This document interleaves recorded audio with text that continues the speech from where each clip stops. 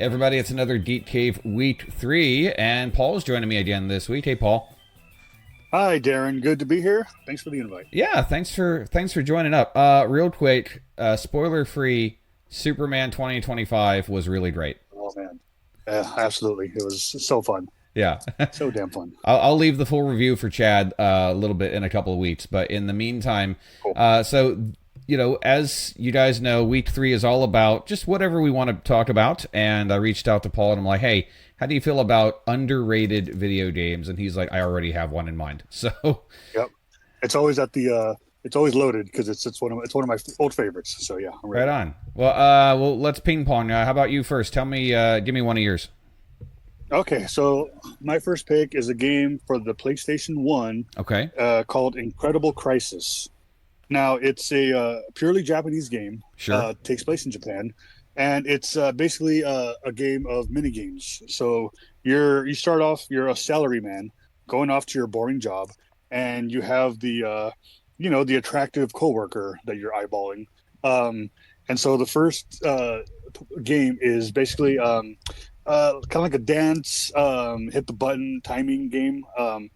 But I don't know, it's just really funny. The sound effects, it's not voice acted, but it just has like the guy just kind of making funny noises, and it's really a spectacle because it's really fast. You really have to know your PlayStation buttons because it's all like timed, button presses, and so it just gets wackier and wackier. So you're doing this little dance routine at work. It's like your exercise, and then like an accident happens. They're building a construction next to your building, and for some reason, like a big Indiana Jones ball bursts into your office, Of course. and you have to like run from it.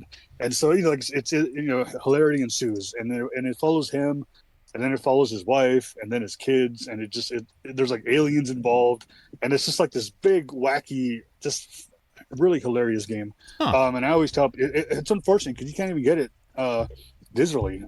It's not available. I think even after it's never been part of like a collection. So you need to have a PS1 and the game to play it. So it's unfortunate because I really feel it's a game that everyone should play. Okay, and again, that Um, title? Incredible Crisis. Just look it Incredible up on Crisis. YouTube. I'm sure there's probably got playthroughs. You could like at least experience the wackiness of it. Hmm. But it's one that I always tell people, like, if you find it somewhere, you need to try it because it's great. Well, It really sticks out to the memory. Well, this is the year of PlayStation for our main podcast, so I might have to see Hmm. if I can track that down. Incredible Yeah, for Crisis. sure. All right, all right. That's so Uh, good. I'm going for a deep pull for one of mine. This was a game that came out on the Sega Genesis toward like the tail end of the Genesis lifespan, and it was called Crusader of Senti. Have you ever heard of this one? Hmm. No, what is that? An RPG? Kinda. It is basically the Sega Genesis answer to The Legend of Zelda: Link to the Past. Oh, South So Roller. yeah, this was it in the PAL regions. It was called Soleil, but basically it came out in 1994 in Japan, 95 in North America, and it's about this 14-year-old kid. His name's Corona, and he inherits his father's sword, and the usual go on a quest to fight monsters threatening humanity, that kind of thing. Oh, fun. But the dungeons are very Zelda-like, the puzzles are very Zelda-like, and the big twist for this is like for the first half of the game, you lose the ability to speak to other humans, but you can talk to animals instead. And so, Oh, wow. you spend the first half of the game kind of figuring out, what animals are friendly, what are not.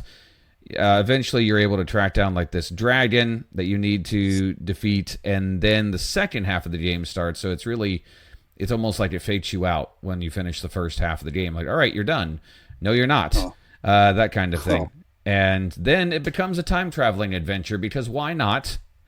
oh, oh, wow. That's Uh, a twist. yeah, I mean, the graphics are great, and ultimately, it's just one of those games where if I had not had it recommended to me back when I was a kid, because I played this, back when the Genesis was still out, and yeah, I picked it up at like we had like this rental store in my town, and it was like 3 days for $3 or something like that, and. Oh, nice. It's one of those I can hate a game for $3, and I tried it out, Yeah. and man, I was blown away, and so I don't remember if it was on the Sega Genesis Mini when they re-released the Genesis. I think it was.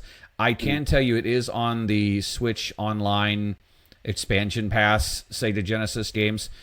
So if you've got Switch Online expansion pass, you can play Crusader of Senti right now, and I highly recommend it. And you will definitely see the Zelda vibes more Is than it just a hard? little bit. Was it a difficult game? No, it's pretty similar to like the old top-down Zelda games as well. Like I said, like Link to the Past is Oh, very okay. similar to Crusader of Senti, so it's worth a try. Mm. I mean, the Oh, only awesome. the only complaint I have is just like with many Genesis games, the sound chip wasn't quite as good as on the SNES, but like definitely worth your time. Oh, fun. All right, what about you? Got another one? Yeah, one more. So this is from the PS2 era. Okay, This game is called Guitaru Man, and it's Gitaru also Man. it's I a think I've heard of this. yeah, it's great. It's a music game, and it's this is before we had Guitar Hero, Rock Band. It's basically this kid who inherits this magical space guitar that has no strings. It's just all buttons, and he fights with it. He shoots like lasers out of it, fighting other enemies that have different instruments that also like shoot lasers. And so when they're playing their instrument, it brings up a cross on the screen, and the buttons come flying at you towards the middle. So you have to press the buttons in time to like dodge their attacks. And then when it's your turn to fight, your guitar turns on, and it basically becomes like a wave. You have to follow with the analog stick and push a button at the same time to like strum, kind of. And it's just the music is all. It's a blast of a soundtrack. I'm not a really big game soundtrack guy, but the songs in this, they're all guitars. So it blew me away. Sure. And it's one that I think have the soundtrack for it. Like I bought from some like online shop, and it's I don't know, one that stuck with me, and as how good the songs are, and just how dang fun the gameplay is. It gets really hard. There's the hard mode is near impossible, as I remember, but it's a blast. And again, I'm not sure you can find it anywhere else besides like the disc. I know they made a PSP version. I think it's called Guitar Man Lives. Mm. That might have had like one extra song on it. But other than that, it's PS2 and then PSP. Okay. But it's definitely one. Again, look on YouTube and all the songs are probably on there. Someone playing it, and it's a blast of a game. It's one of my favorites to this day. Awesome. For sure. All right. You really seem to trend toward rhythm games based on the two things you've told me so far. Yeah, because they were. I mean, back then, it's like I'm going to admit I'm a fan of Britney's Dance Beat on the PS2. If you ever played that one, it's all her songs, but man, they made a really fun Yeah. rhythm music game. Y- It's all timing, it's all button presses, but man, it's so fun. There's was it Mr. Maestro or what's that one? Another one that's like that. It's a music game. It's all symphony music.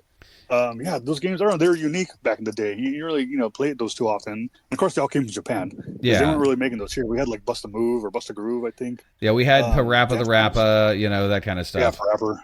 Yeah, I'm Jammer Lammy. I So all those were like kind of just so unique and fun for for the time. yeah, I And it's really like liked nowadays. yeah, I really liked Jammer Lammy. I wish they'd bring that series back. Yeah, that's so. I mean, yeah, Parappa and that one are just so good and hard, and they're challenging. Yeah. Back in the day to get those, so you wouldn't suck and get kicked out of the dojo and all that stuff. But yeah, no, they're a blast to me and worth tracking down if you ever happen to see it. All right, all right. I'm going to go a little bit more recent. I'm going to go PS3 for my next one. Sleeping Dogs. Oh, so Yeah, good. this is I a really game like that like I'm practically an evangelist for this game. Anytime someone asks me about like, hey, what's a game that you've played that not a whole lot of people, and if you everyone knows Grand Theft Auto at this point, everyone knows the whole formula. Well, this is kind of that. It's set in Hong Kong. You play as Wei Shen, who's an undercover cop, and so you're a good guy in a GTA clone, essentially. Right. But the twist is you got to make sure that the Triad organization doesn't figure out that you're an undercover cop. And oh my gosh, the martial arts gameplay is fantastic. The story is good. The DLC is good. Graphically, it still holds up. I mean, it got like a remaster on the PS4 and the Xbox One era, but it still holds up now. And it's really just kind of a shame that it didn't get that, that following that I think it should have. Because I think this could have been a really good franchise for Square Enix, but they've got some unrealistic expectations at times, and Yeah. it didn't go well for them, unfortunately. Yeah, the voice acting, remember, was amazing in this game. Voice acting was The good. Yeah, just and up to the finale, it really felt like a martial arts movie because you're beaten and bloody, going up against the big boss, and it was just a grand spectacle of a game. And that's one I definitely double dipped on. I got it back in the day on original release, and then I got the remaster because it was that good. So yeah, that's a great pick. Yeah, same. It's on my Steam Deck right now, waiting for me to replay Oh, it once I get through a couple other things. I'm currently working on Okami, but oh, nice. that'll be next up. And so yeah, and there's so many other titles that I could have named Yeah, because took an hours here. I think of my library, and I think of stuff like from the NES, Kickle Cubicle, stuff like. I think that the Superman game on GameCube was highly underrated. Uh, Oh man, huh? there's so many that so we had to kind of limit it to two each. Yeah, But all right, well, cool. Any final they might be thoughts? making a movie. I Huh? don't know if you heard a movie, Sleeping Dogs with Donnie Yen. Oh, they are. That was Okay. supposed to be in the making. Well, it's supposed to be in the making. I don't know if it's still happening, but they were in talks to make it, which I feel he's a great pick for the lead character. So I hope that gets made because that would be that'd be a fun story to watch on the big screen. Yeah, I mean, video game movies are kind of like hit or miss depending on the Yeah, script and all that. I know they're trying Street Fighter again, but all right, yeah, if a yeah, Sleeping Dog movie came out, I think I could find a way to get my butt in the seat for that. yeah, for sure. Especially with Donnie Yen because he's a great martial artist in his movies. He is great. All right. Well, hey, if you want more, Deep Cave podcast content, you can find us on Twitch, twitch.tv/Deep Cave Podcast. Find us at deepcavepodcast.com. Join the Discord, and you can get early access to podcasts and chat with us and a whole lot of fun. And we'll have another You Want Me to Watch What coming up next week. And then in 2 weeks, we've got another full episode for the Deep Cave. So, Paul, hey, thanks so much for hanging out with me today. Always a blast, Darren. Thank you so much. Yeah, and hey, don't forget, everyone is a geek for something.